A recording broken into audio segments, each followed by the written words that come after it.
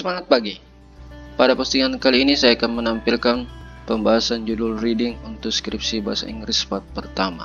Tapi sebelumnya, saya ingin mengajak para pemirsa channel Pejuang Skripsi untuk like dan subscribe serta share supaya lebih banyak yang merasakan manfaat dari postingan ini. Kunjungi aminlimpo.com sebagai website resminya. Pada pembahasan judul reading part pertama ini, saya akan menampilkan 3 judul. Yang pertama, Predicting Method, yang kedua, PQ Partner Method, dan yang ketiga, Think Ahead and Write atau sering disebut TAW Strategy. Untuk variasi judul yang bisa kita gunakan atau diajukan, saya akan menampilkan masing-masing dua. Yang saya garis bawahi di predicted method ini adalah variabelnya, jadi kita bisa memakai dua variabel, yaitu predicting strategy and learning function. Kemudian untuk PQ4R method, kita juga bisa memakai dua variabel, yaitu reading ability atau reading comprehension, dengan memakai kata pembuka atau kata pertama the improvement atau the use. Yang ketiga adalah Think Ahead and Write atau TAW strategi. Di sini kita bisa membuat variasi dengan menambahkan variabel yang ketiga, yaitu by using recount text atau narrative text. Baik, judul yang pertama yang akan saya bahas adalah predicting method. Definisi predicting method yaitu predicting adalah salah satu metode yang bisa kita gunakan untuk pembelajaran reading. Predicting method ini bisa kita gunakan untuk melihat pokok bahasan apa yang disampaikan di bacaan terhadap subjek yang ada di bacaan tersebut. Prosedurnya ada 3, yaitu before reading, while reading, and after reading.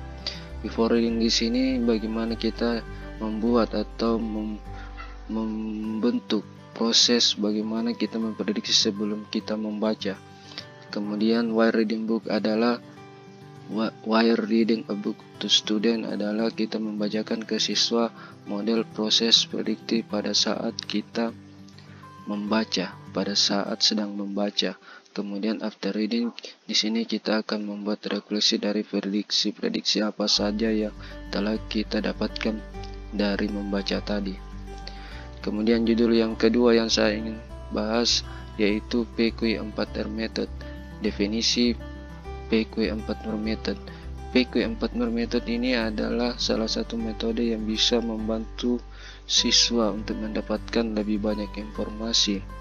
PQ4R juga ini adalah salah satu metode yang hanya digunakan untuk individual, bukan kelompok, dan sangat membantu siswa untuk lebih memahami terhadap materi yang tertulis. Jadi PQ4R ini bisa juga kita gunakan untuk speaking. Kemudian prosedur PQ4R method ini seperti kepanjangannya. Yang pertama ada preview. Scan the material to get the idea of the main point. Di sini kita akan membaca secara scanning untuk mendapatkan ide pokok dari bacaan tersebut. Kemudian yang kedua, langkah yang kedua adalah question. Kita bisa membuat question kemudian menulisnya. Questionnya adalah siapa, apa, kapan, di mana, dan bagaimana. Kemudian kita membaca teks atau materi yang sudah disiapkan. Kemudian reflect. Reflect di sini adalah kita akan memikirkan atau kita akan menganalisa dari apa yang kita baca untuk membuat kesimpulan. Kemudian reset di sini mengulang kembali poin utama dari apa yang kita baca secara detail. Kemudian review ini kita kembali mengecek dari apa yang kita baca tadi, apa yang kita buat pertanyaan, dan kita akan menulis tanpa membaca bacaan itu kembali. Judul yang ketiga adalah TAW strategi. TAW strategi ini adalah salah satu strategi beda dengan predicting dan predicting method and PQ4R method. TAW ini adalah salah satu judul dalam bentuk strategi, juga dapat diaplikasikan dalam pembelajaran reading. Ini akan membuat siswa lebih mudah memahami pesan yang ada di bacaan. Ini juga membuat siswa lebih mudah untuk memahami bacaan yang kita berikan.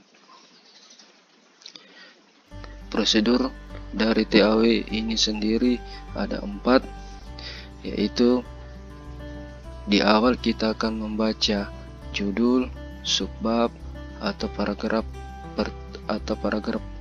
atau kalimat pertama di setiap paragraf untuk mendapatkan gambaran umum dari bacaan tersebut. Kemudian yang kedua, develop picture in mind about selection. Kita akan mengembangkan penggambaran apa yang kita dapatkan setelah melihat titel atau subbab atau paragraf pertama.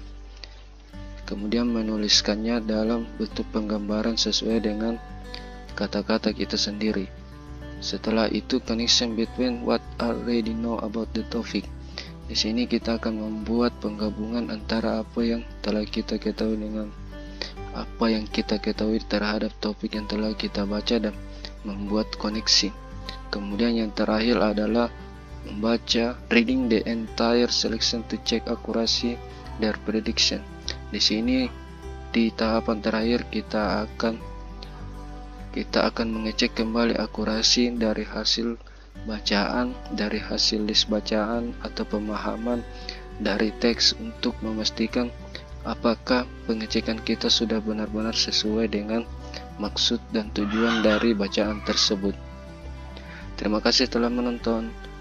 Jangan lupa like and subscribe and share supaya lebih banyak yang merasakan manfaat dari postingan ini. Kunjungi amininfo.com sebagai situs resminya.